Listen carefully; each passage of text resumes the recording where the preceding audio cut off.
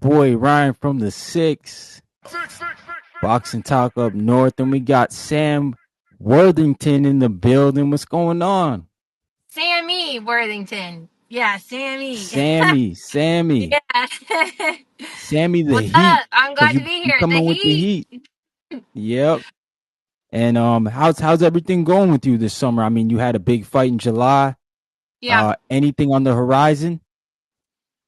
Right now we're looking to do, a defense of the title that I just won before the end of the year is up. But as of now, for this month, just enjoying the win.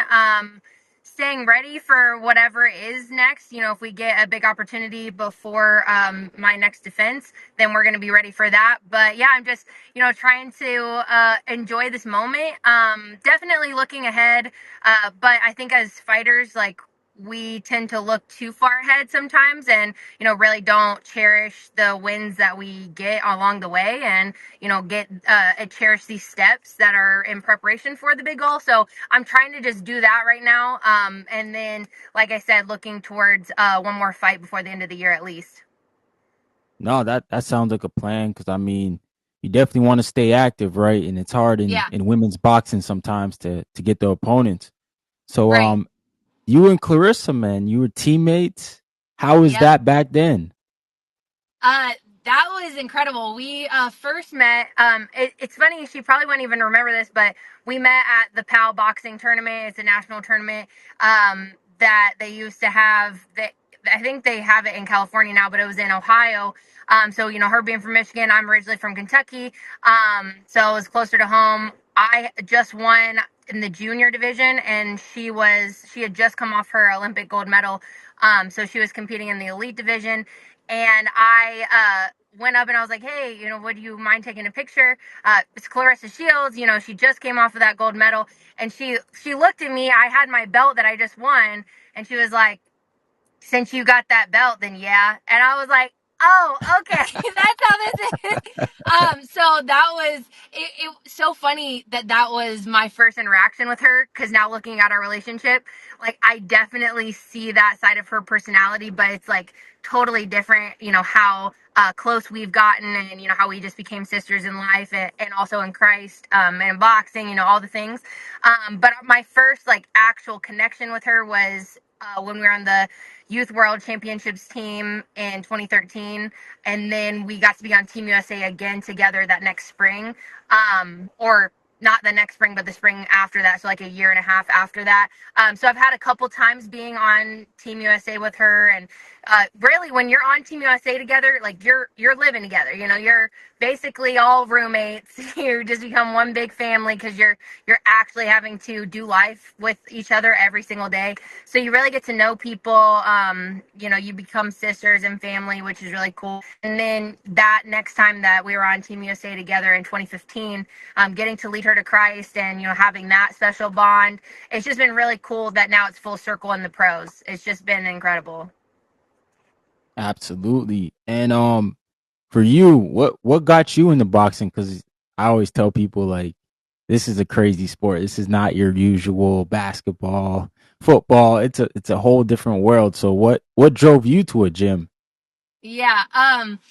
My little brother, actually. So I have two little brothers. One is 25 and one is 8. So my parents kind of started over. But the 25-year-old, we grew up together. I'm 4.5 years older than him. So when he was around 5, 6, he fell in love with the Rocky movies. So my parents were begged every single day to take him to a gym. And finally, my dad, he's a pastor. He met our first coach at a pastor's luncheon, with like just a community event where all the pastors in the area just got together and kind of shared ministry stories and whatnot. Which is so weird that he met our first boxing coach at an event like that. And he was like, I have a 6-year-old son. Can I just bring him by the gym? He would love to check it out. And he was like, oh yeah, like, he can start training now. He can't fight till he's 8, but bring him on by. My dad was like, whoa, let's just chill for a second. Let's see, how he responds. And Yeah. Thomas went 18 rounds. He went 18 rounds the first day, like a 6-year-old, just like nonstop. We had to Wow. literally pry the gloves off of his hands. And I was 10 at the time, and I was definitely athletic. I loved basketball. It was my first love. Played softball, all the conventional sports, but boxing was just like a little too much for me. I don't know. Looking back, I'm like, what was I thinking? But to me, as a little girl, viewed that as like the stereotypical like manly boy sport. I don't know. It's just, sometimes these thoughts are placed in your head and you don't even know the origin of them. But now I laugh at that because of what my career is. But I got started in the gym as a way to train for my other sports. I got literally roped into it because I was at the gym all the time, and my parents were like, "You might as well do something." So I started training, and my competitive side took over. I was like, I gotta spar. Like, I gotta see if I'm good at this. There's no other girls in the gym. I'm sparring this guy, just using the jab, one hand, to see how I react to getting hit. And I didn't like it per se, but I was like, I can take this, whatever. And then I hit him for the first time, and his head snapped back, and his eyes got big. He goes, "Oh, shoot." And then I was stuck. Like, ever since then, and he didn't say shoot. So it was, yeah, it was a definite like turning point moment for me, and it changed the trajectory of my life. Wow. And I mean, yeah, you're 12-0 and you got 7 KOs. So you got some pop in those punches for sure. Yeah. um yeah, so that's crazy to hear all that cuz seems like I think some people are like they either go in a gym and they just love it automatic like your brother it sound like he got in the Right. gym and was just and then like there's other people who it almost like yeah, they have to go away and they come back around a second time and they're like, "Oh, okay. This is for me."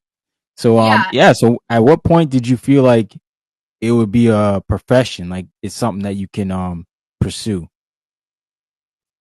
I think so. You mentioned there's not a ton of opportunities in female boxing, which is very true. And that's like a whole other conversation. But as far as amateur goes, like because there's limited opportunities, it's easy to get quick success because of the opportunities that come.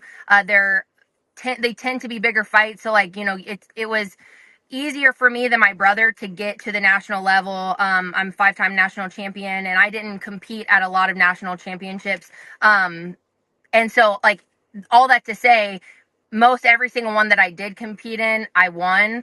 And so I became very successful very fast.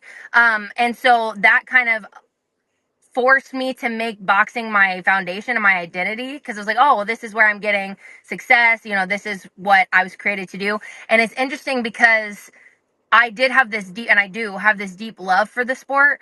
And so it's very beautiful, my story, how the Lord like placed that in my heart for a purpose and for a reason. But when I didn't know like what that was for, I definitely lived through boxing, and that was a very empty and broken space to live in because boxing is fleeting. Like it's not it takes more than it gives.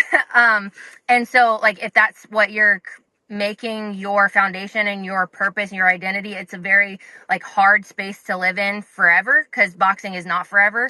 But because I got quick success, I was like, this is what I was created to do. Like, this is what I'm going to do for the rest of my life. And, it wasn't until I had lost a tournament, I got second at this tournament, right before I was on Team USA again with Clarissa, and I put all my eggs in one basket, so to speak. And I literally quit everything. I dropped out of school, and I was in college at this point. Dropped out of school, quit my job. Like everything was for boxing. Like I was devoting my whole life to it. And then when I fell short to like my standards and the world standards, like because I got second, I mean that's still cool. I got to take a medal home, and like that's nothing to belittle, but it wasn't the goal. And I left very defeated, literally, and just emotionally, mentally, all of it. And it took me to a place of surrender, and so I gave up boxing. Not gave up like you said, like went away from it, but in my heart I was like, Lord, if this is not what you want me to do, like my life is yours. I just surrendered everything to him. And that is when a month later I got invited back on Team USA. And it was just because of some things that had happened with the team and the girl that won stepped down, all this, like, there were some logistics that happened, but it was like final destination. Like everything happened according to plan so that I could be on Team USA again. And that, I think that was really, there's some other moments that, when I won my first national championship, I used to say like, oh, like this, that's when I knew. But I know that's when the moment when I knew, okay, this is actually what God wants for me, because I did surrender it. I was like, I don't want to do this if this isn't what your plan is for me. And then immediately after I did that, that's when he gave me an opportunity to be back on Team USA. And it just confirmed everything that I already knew in my heart, that that's what I was created to do. But then it was just affirmation. And then like, fast forward, I never would have said that I would be pro. Like, if you would have asked me even back then, would you ever turn pro? I'd be like, no, never. Like, there's no opportunities. Like, I'm not trying to work a full-time job and another full-time job training. And now Right. it's been really beautiful to see the opportunities financially that are coming for women in boxing. So I definitely feel like I turned pro at a really great time, even though I turned pro right before COVID. So that's a whole other thing. But just like this time in boxing, like right now, for women and boxing in general, I think it's a really, really cool time. Yeah, I think it's kind of like it's the perfect time for the Mm-hmm. women, with everything I agree. going on, and obviously you're positioned to fight, you know, one of the goats in my opinion, Katie Taylor. Yeah. She's a terrific fighter, but I mean, you are in line to fight her. Is that Yep. something that you and your team have spoken about? Yes. We actually after this fight, obviously it was the no brainer to try to make that fight happen. So there was some stuff that we posted out, and my team, my promoter, and my manager were trying to promote and manage as they do that fight to happen. I don't know what Katie's gonna do as far as stay at super light or retire or what. But that's a dream fight. Just not just even because she, number one, she's got the belt, so I don't care who it is. I want undisputed. I want all of the belts. And so that is the ultimate goal. And I'm going to pursue that at all costs. But Katie is just, she's a very respectable person. She's a phenomenal fighter, and to me the appeal for that fight is how much she's going to bring out of me. Like, that's what it, as far as boxing goes, that's the appeal for me as a fighter. Like, I want to fight someone that is going to bring that shine out of me. And I just am excited for whoever that's going to be. If it's Katie, that's really cool, and I think it would be a beautiful fight.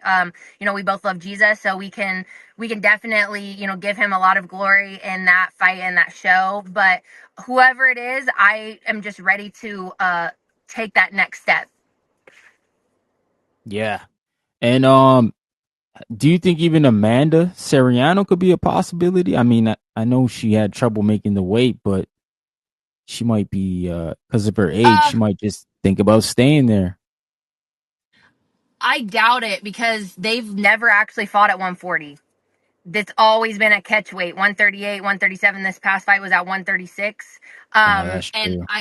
yeah, so I think that she has posted out, and respect to her too, just as far as her accomplishments and her being a pioneer for the sport. But she's already after the fight been like, I'm glad that I don't have to force myself to eat after training anymore, and just continue to hold that weight. That is so interesting to me, because I'm a bigger 140. So hearing that, I'm like, that's interesting as a fighter to like have trouble holding your weight. Um, Yeah. because I don't have trouble with weight, but I'm more conscious about my weight, just because I am like I said, a bigger 140. I have a lot of muscle. And so it's just always interesting to me to hear fighters that are like struggling to stay up.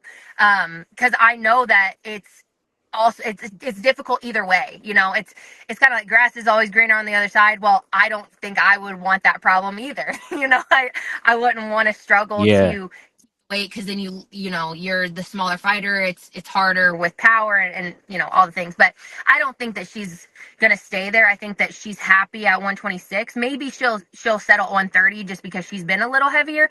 Like you said, her age, who knows how her body will respond to going back down. But the weight classes are close enough that I think that she could go back down to 126 and completely clean house like she has been. Yeah, so you are the first lady of T Rex Promotions, Yes. Clarissa Shields. How you guys are friends, but how did business come together? How did that part of the equation link up? You know, I've been talking with Clarissa. I mean, we're like you said, and I said, we're friends. So we've been talking my entire career. But as far as the business side goes, I approached her as like mentee mentor at first, just like, hey, it's I was 2-0. I was starting to get some opportunities, like options, but they weren't. I was just trying to discern if they were the right direction and what steps I should make next. And so I consulted with her. She was giving me advice and pouring into me in that way. And then she connected me with her promoter Dimitri, who is also my co-promoter. And so I've been talking with Salida Promotions since around that time. And they were like helping me in a way, like from afar, like, okay, let's get you to this point. Let's get you to this point. So I was doing everything on my own with a little bit of guidance from them. And then when she made that decision to create her own promotion, it was really crazy because I was in negotiations with Salida upon Clarissa's advice and all of this, and she was very much so involved in all of it. And then I just get this call from her randomly on a Sunday morning, and she was like, hey, I've been thinking about it, praying about it. Like, I'm about to start my promotion. I want you to be the first fighter signed. And it was honestly, I mean, I prayed about it because I pray about all these decisions and, making sure that, okay, Lord, is this what you have for me? But it was like a no brainer, basically. Like, this is full circle in my career. We have been super close in boxing and in life for so many years. I mean, I said 2013, so that's 12 years because it was in August, September-ish, around this time. That's crazy to think about. But, we've been so close for so long. She's been pouring into my career already for that first couple years. And I knew that, when Clarissa speaks in boxing, when she does anything, people pay attention, they listen. She's very appealing, and she might be polarizing, but people are watching her, and she stands out for a lot of different reasons. I mean, she's the GOAT. And so I knew that tying my career to her would be a smart move, but I just, as far as like our connection outside of the ring, like that was the main appeal. And Clarissa doesn't do anything without excellence and without, like, she doesn't just do something just because, she is very calculated, and she doesn't just tie herself and her career to just anyone that she doesn't believe in. So I knew that she was contacting me because she believed in me and because she knew that she could take me to that next level and help me reach that goal. That's got to be love. I mean, because like you said, the standard that she sets for Yep. herself and people around her, yeah, Yep. she's top level. So for her to think about you, that's got to feel good inside on your Right. your side. Yeah, Exactly. man. So I really appreciate you for taking the time out. I got one more question before you leave. September 13th, we got a big fight. Canelo versus Terrence Crawford. Who are you picking to win? Man, okay, I knew this question was coming. I'm so excited for the fight. I think I've been saying that I hope that this fight is what we thought Canelo Mayweather was going to be. And so I hope that it's a really great fight. It's, there's a lot of adjustments, and they both have to go through adversity in the fight, and it's just, a lot of back and forth. I hope. Um, and I like them both, but the more I've been thinking about it and, seeing them train, I'm going to pick Bud, unanimous decision. I just think he downloads his opponents super well. He adjusts very well. In Canelo's past couple fights, and I really like Canelo. I love his style, his strength, his defense. but I think that his reaction has gotten a little slower, and is still incredible. So anyways, it just depends on, like I was mentioning, how I believe Katie could bring something out of me, and I just want to fight somebody that will help me to rise to the challenge and help me grow as a fighter, so then I can continue to, make those next steps towards the ultimate goal. I think that both of them can bring something out of each other, and so I think it's going to be a great fight, but I would pick Terrence Crawford unanimous decision. Terrence Crawford. Okay. I'm hearing more and We'll more see. I Crawford. like This them is getting both. I like them interesting. both. Yeah, I'm in the same boat as you. Like I'm fans of both guys. I honestly didn't think they'd fight. And now Right, here I am. I right, got to pick two, but yeah, right. it's definitely going to be a great fight. Yeah, I'm Can you excited. let the people know where to find you on your social Yeah, media?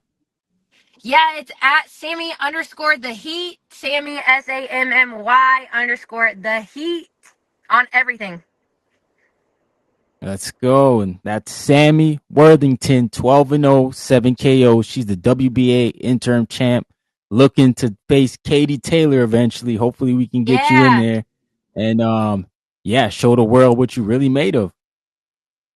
let's go. I appreciate you. Yeah, thank you so much. This All is right. awesome.